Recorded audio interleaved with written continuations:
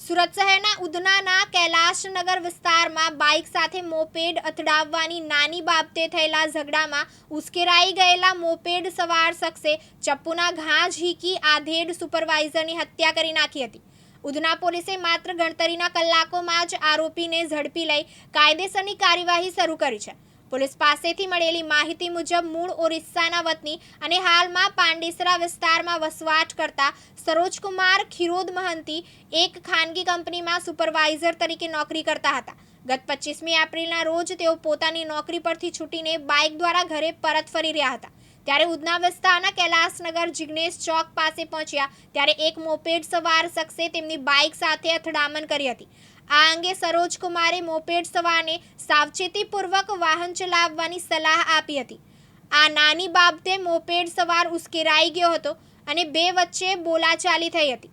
ઝઘડો વધતા મોપેડ સવાર શખ્સે પોતાની પાસે રહેલું ચપ્પુ કાઢી સરોજકુમાર પર અચાનક હુમલો કરી દીધો હતો. તેણે ઉપરા છાપરી ઘા ઝીંકતા સરોજકુમાર ગંભીર રીતે ઈજાગ્રસ્ત થયા હતા. ગંભીર હાલતમાં તેમને તરત જ સુરતની નવી સિવિલ હોસ્પિટલ ખસેડવામાં આવ્યા હતા, પરંતુ ટૂંકા સમયમાં તેમણે સારવાર દરમિયાન તબીબી સ્ટાફના પ્રયાસો છતાં જીવ ગુમાવ્યા હતા.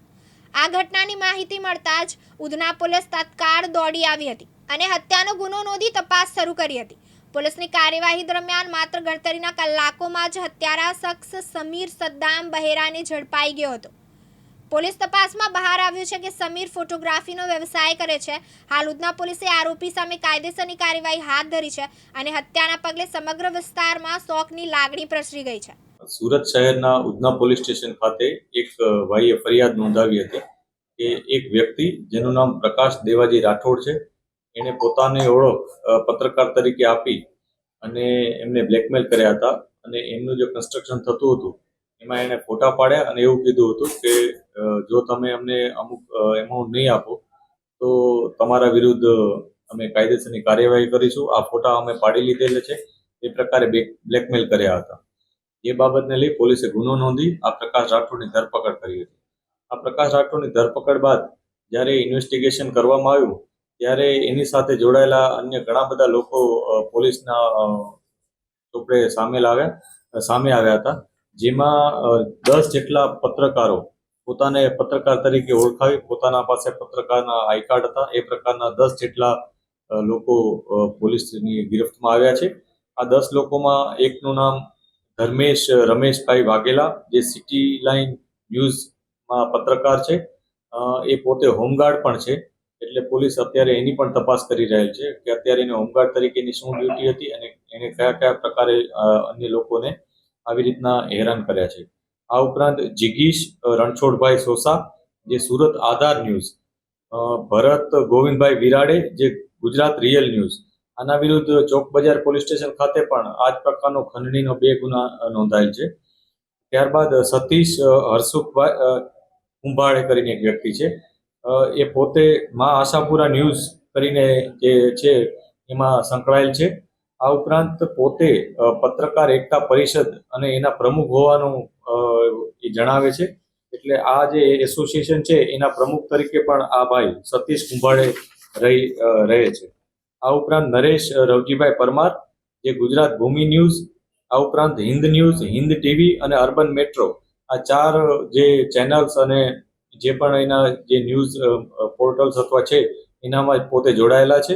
આ ઉપરાંત હિતેશભાઈ રાઠોડ, હિતેશ અરવિંદભાઈ રાઠોડ, રિયલ ગુજરાત ન્યૂઝ કરીને છે, એની સાથે જોડાયેલા છે.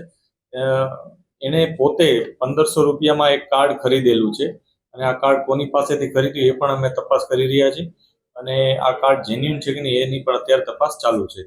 આ ઉપરાંત જયેશ નાનજીભાઈ ચૌહાણ, જે જુર્મ ઓર કાનૂન ન્યૂઝ, આ પ્રકારની એક ન્યૂઝ સાથે સંકળાયેલા છે. સંગમ પ્રસાદ પાંડે, સુરત વિશાલ ન્યૂઝ કરીને છે, એની સાથે સંકળાયેલ વ્યક્તિ છે.